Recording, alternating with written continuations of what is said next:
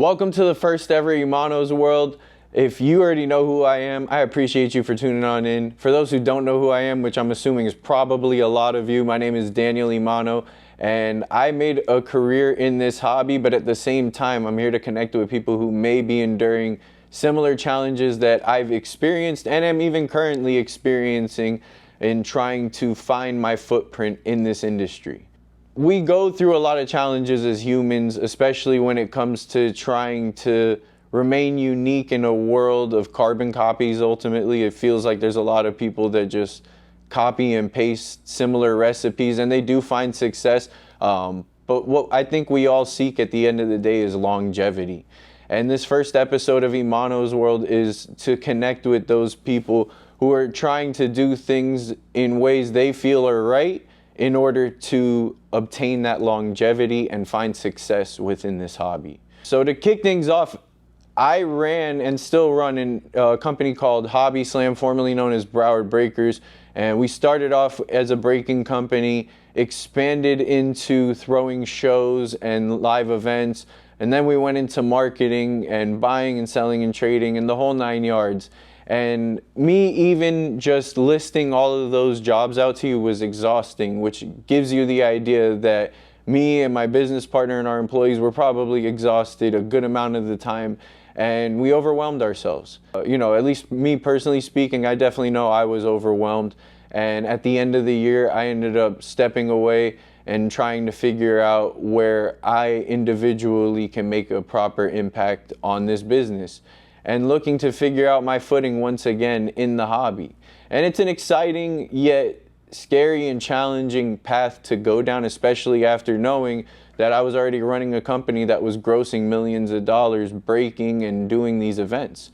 So you're probably wondering, well, why would you do that?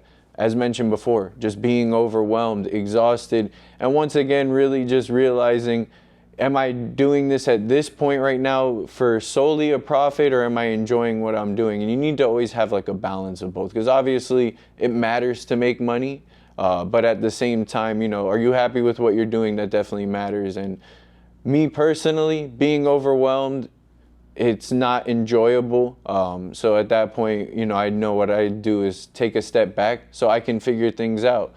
And you ultimately reevaluate everything that's going on around you. But I'm happy I did so when I did, because the fourth quarter of this industry is usually a bit slower, not as many shows. But surprisingly, this year there were actually a lot of transactions in the fourth quarter. But still, just trying to figure out where I fit in this puzzle of this ever-growing industry. And especially in an industry where we see dime a dozen entities. We have dime a dozen breakers, we have dime a dozen sellers, buyers, dime a dozen content creators, shop owners, right? It's all about how you stand out, once again, individually or even as an organization. How do you stand out uniquely compared to the other ones? And that's a big challenge we all face as humans. But yeah, I firmly believe that's a great ground rule to follow and lead things off with. And just to even mention, these are merely my opinions and suggestions and nothing more than that. I'm not saying these are things you have to follow, but as mentioned when I started this video, this is just something I felt I could put out to potentially connect with people who are going through similar challenges. And you never know, someone needs to hear these things. So, just as mentioned, they're just opinions, they're just suggestions. If you have your own opinions, your own suggestions, that's great. You could leave it in the comments. And I'll probably read them anyway. I might be mad, I might be happy, I don't care. At the end of the day, it's not going to change what I'm trying to do on the idea of being able to connect with those who may not feel they have the resources or understanding of what they got to do. So yeah, that's the first ground rule there. I think I'll follow up with that by showing you guys some things that I still at least have in my collection, because as mentioned, I'm trying to stay true to what I collect right now. Part of this series is going to be me redeveloping the business side of what I want to be doing in this industry, but I felt that the best way I could kick off that journey is by maintaining and obtaining a few pieces for my own PC. So I'll kick things off with some graded music that I have. And I'm going to kick things off as well by shouting out AMG, Audio Media Grading. They're actually based here in South Florida. Shout out my boy Robbie over there. Shout out Steve Aoki and everybody in AMG that's doing a great job at transcending what collectibles are. So to show off, we got a couple of hip-hop cassettes here because I love classic hip-hop. And hip-hop cassettes were only produced for a brief amount of time before things like CDs started kicking in. So there's only a certain amount of these classics that you could truly find on cassette. And one piece of music that I hold near and dear to my heart is actually the Lox Money, Power, Respect. Hold on, let me take off this face tracker real quick, so this way I can show you guys clearly. There we go. There we go. So the Lox Money, Power, Respect right there, and it graded to an AMG 8. Let me turn it right there for you guys as well. Graded to an AMG 8. This is still sealed in the cellophane. It's still sealed in the packing right there.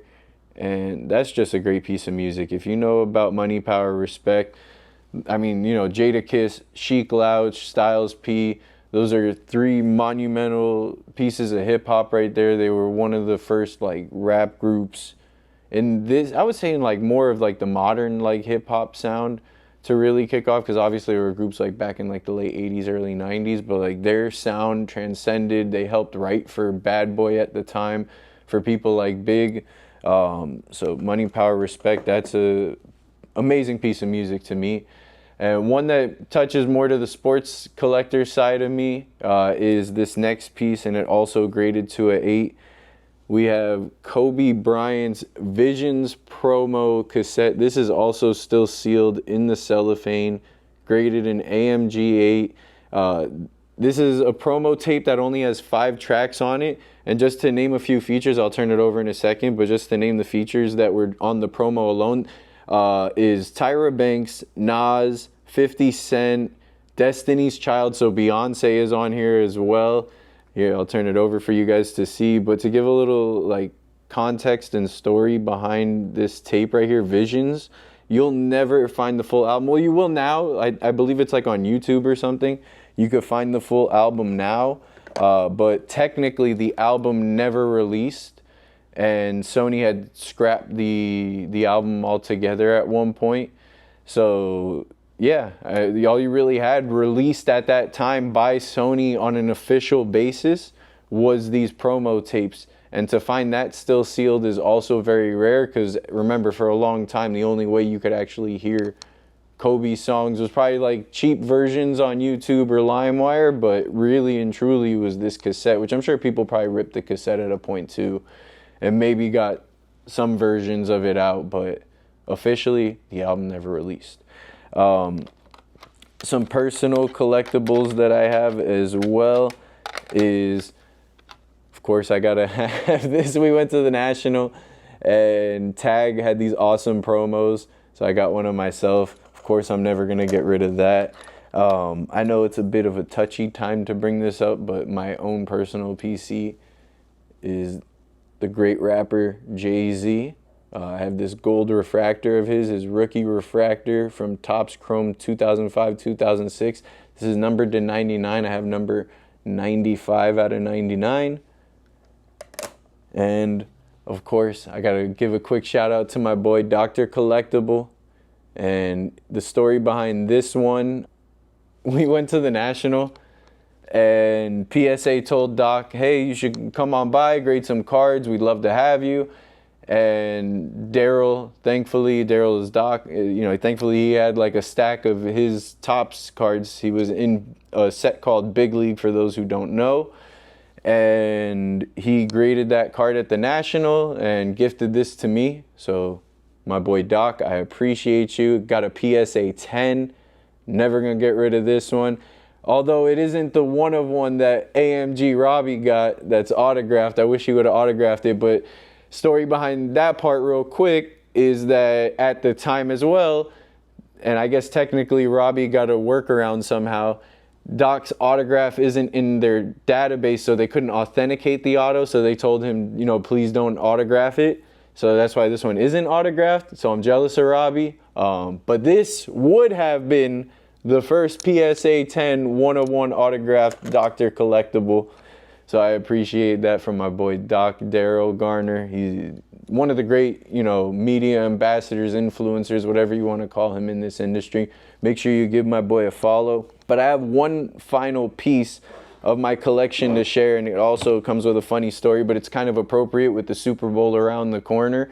We all know, obviously, there's a whole lot of drama around these two rappers with Kendrick Lamar and Drake. Kendrick Lamar's about to perform at the Super Bowl, and there's a whole lawsuit with Drake where he's suing Kendrick's record label, alleging that, they shouldn't let Kendrick perform Not Like Us at the Super Bowl because of reasons that I'm not really going to go fully into here, but you can search it up if you Google it. But this piece I have, and I'm hoping it fits on the camera, but if not, I'll take another shot of it.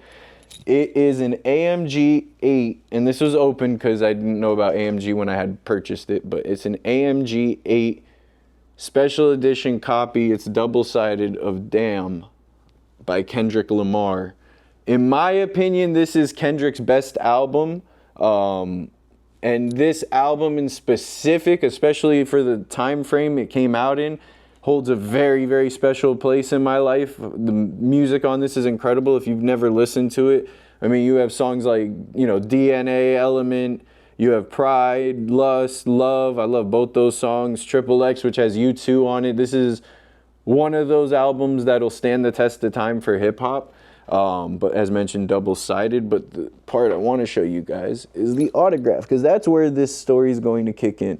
And this is awesome that it's autographed. I also have authentication for it, which I'll see if I could put a picture in here, because I just realized I left it in my car since I'm shooting the video at my office. So I should have probably brought that up, but I did come with authentication. So shout out to AMG for that, because that was also part of the process. When you grade with AMG and something has an autograph, they'll go to JSA, and JSA will authenticate their autos for you. I believe it was JSA, and I'm hoping I'm right on that. But yeah, it came with authentication. However, I also was trying to get this graded, which is Kendrick Lamar's Untitled Unmastered. And as you could see here, this is an autograph, but this doesn't look like the same autograph as what's on Damn, though. So real quick, Damn autograph, Untitled Unmastered autograph. Damn autograph, Untitled Unmastered autograph. They look very different. And the worst part is I bought both of these on Kendrick Lamar's website. So Kendrick, you might owe me a refund, or maybe a ticket to the Super Bowl would be awesome, and I would appreciate that. But yeah, this kind of hurt my heart because I bought both of these off of your website, and one did authenticate, and I'm greatly appreciative of this. But JSA's theory is, and this is a theory, and I don't know, this might be a rumor, but JSA's theory is that this looks fairly similar to how Punch autographs things. So maybe we're busy and there was a deadline or something. Punch was like, look, it's a simple KL. I'll try and do what I could do. And then he get that 100 autographs, 200 autographs, 300 autographs, however many autographs he had to hit. And you know what? I appreciate the effort, but if this was you, Punch, yeah, tickets to the Super Bowl would be nice, but at the least maybe a refund or an actual autograph copy so I could get it graded by AMG. But yeah, just to show you some of the collectibles that I'm still holding on to and possess or have recently obtained.